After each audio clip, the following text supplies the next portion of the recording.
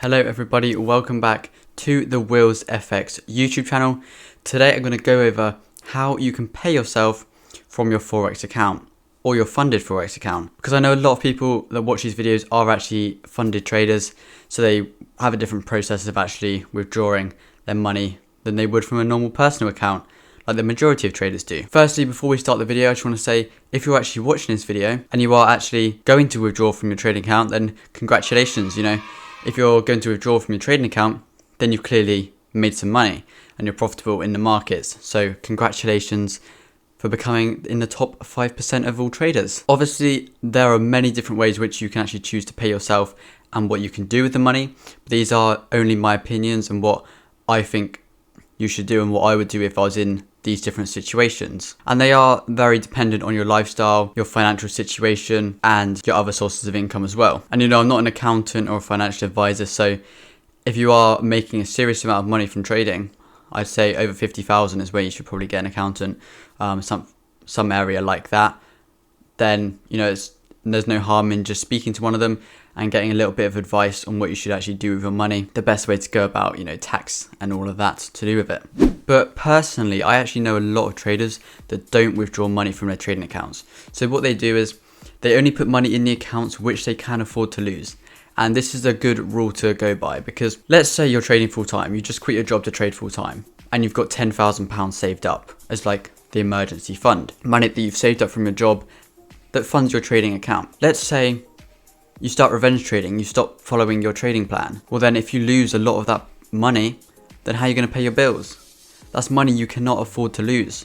So that's where a lot of traders go wrong when they're first starting. They gamble or risk money that they can't actually afford to lose. They can't live if they lose that money. And this is another reason why psychology affects traders, because they have that need to make money. They have that necessity to actually make a certain return each month.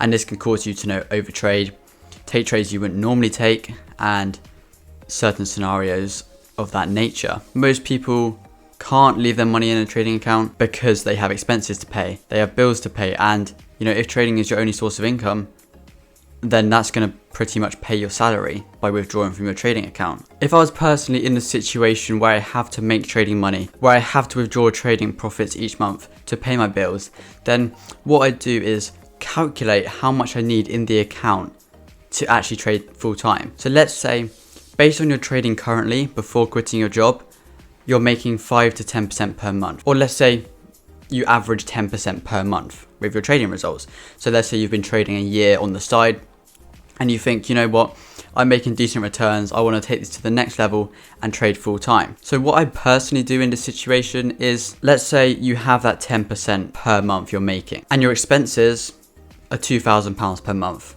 in this example. If we just do quick maths, you can realize that to make that £2,000 per month whilst making 10% per month, you only need £20,000 in the account. The way I'd personally do this, and this is just my opinion and how I do it personally, I wouldn't want to take out all the profits per month, because then you're left at that 20,000 mark. You don't have that buffer amount, which I'll go over. So what I personally do is I'd have 40,000 in the account. So then if you're making 10%, which is what you've been doing every month anyway, so it's going to be the exact same trading wise, and then you withdraw 5% of those profits, because that 5% of profit is actually equivalent to 10% of the £20,000 account, and you're also leaving that 5% buffer in there.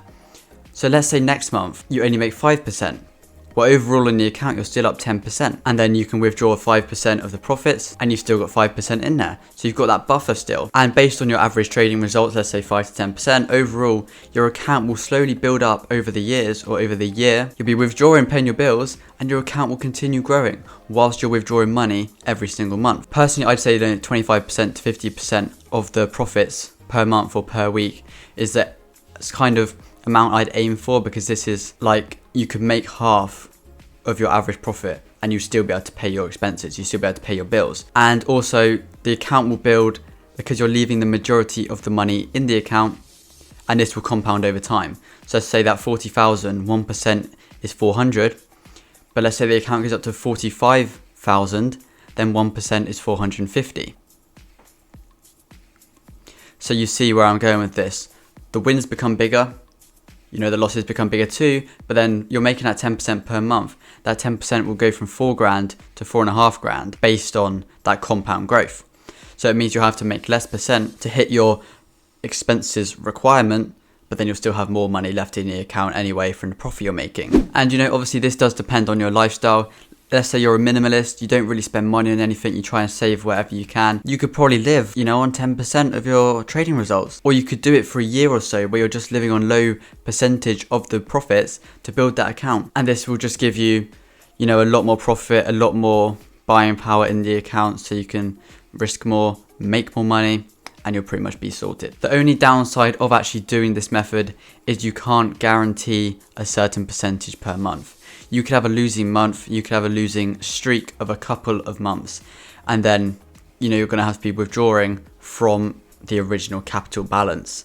And it's not really ideal. You don't really want to put 40,000 in an account and then the account be down to 35,000 and have to start withdrawing from that 35,000 to pay your bills, because the account will just keep etching away and going down, down, down, and you're kind of just digging yourself in a hole, and the account will just slowly go down and down and down.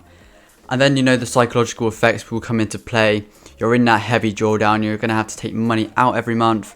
You think, is this trading for me? I'm just losing loads of money. That's when it can start to affect you psychologically, and that's where a lot of traders do give up. As I mentioned, with that no guarantee of making certain profit, this is why I do recommend having that buffer in the account, so that 5% or that 10% of profit which you've left in the account after taking your expenses out is there acting as your buffer, so you don't go below the original capital deposit. The number one rule in trading is to protect your capital, preserve the money you've put in there first to risk to make your money. And if you're in this situation where you do have to withdraw every single month, you should have at least 6 to 12 months of money saved up anyway.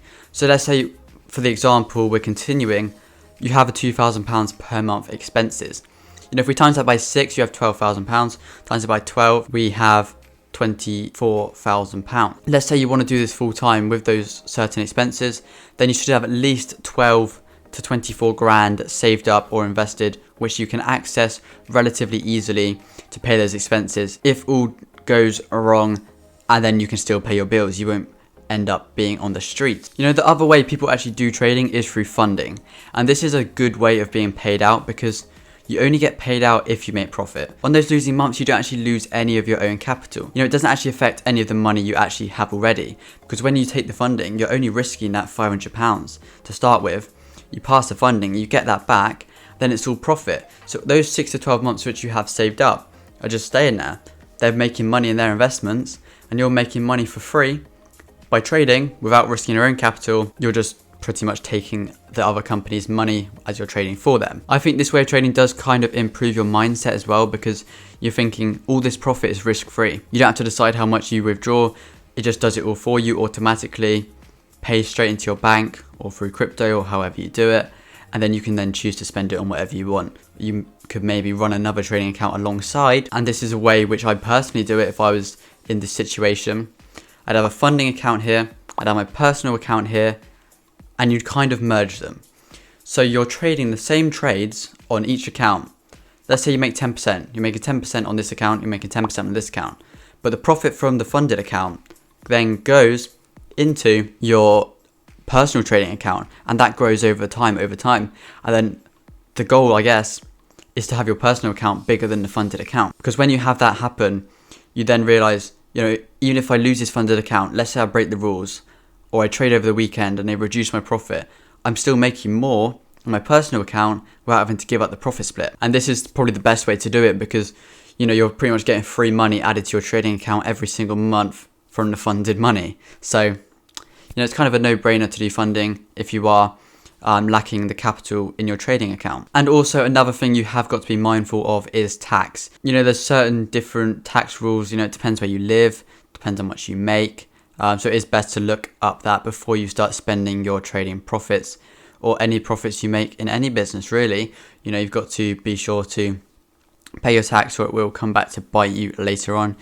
The HMRC or IRS, if you're in America, will come chasing after you for that lovely cash you've made. And you should always have an idea where your money's going to go before you withdraw it from the trading account, because if you're just withdrawing it for the sake of it when you don't actually need the money, then you've got to think that money could have turned into more money by making me profit trading, rather than just being sat in your bank account losing money due to inflation. But overall, I'd say the best way to actually grow your Forex account into a large account where you can live off comfortably is by compounding the account. You know, a lot of people say it, you know, Warren Buffett, how he got rich, investing and then reinvesting the profits, you know, compounding over time. And that £10,000, which he started with, I'm pretty sure, then turned into, you know, billions from just reinvesting, making a decent percent per year. You know, let's say you're making 10% in the year, you're still beating the markets. Let's say that money was in stocks, you're probably still going to beat the markets overall. If you're just buying separate stocks on their own, you're probably still going to beat the market by making 10%, 15% per year from Forex trading. So, you know, if you think you're making 10% per month trading or 5% per month, you're pretty much, you know, beating the markets and beating these top hedge funds, which people put billions and billions into. So you got to think, if I can do it and make 5% per month, but this other trader I see on Instagram is making 20% per month, then, you know, don't get disheartened. You know, everyone's trading is different. I think last year I averaged around 19% per month, based on my calculations. I think it's like 230% for the year. But, you know, I'd still be happy, let's say, with 5% per month, 10% per month. You do have those good months where it can make up for the bad months. I think in May last year, I made around 35% profit. But then in December, I only made around 8% profit. So you see, overall it averages out of that 19% or 20% profit per month. Even if you do have those bad months of like 7% or 8%, you know, it's not really a bad month in trading, but based on my previous results, it was a slower month. But profit is profit at the end of the day. And at the end, we were able to withdraw profits. If you guys did find this video useful, be sure to smash the like button down below and consider subscribing to the channel for more Forex content every single week. And all my social media and mentorship groups are in the description if you do want to check those out too. And I'll see you guys in the next video.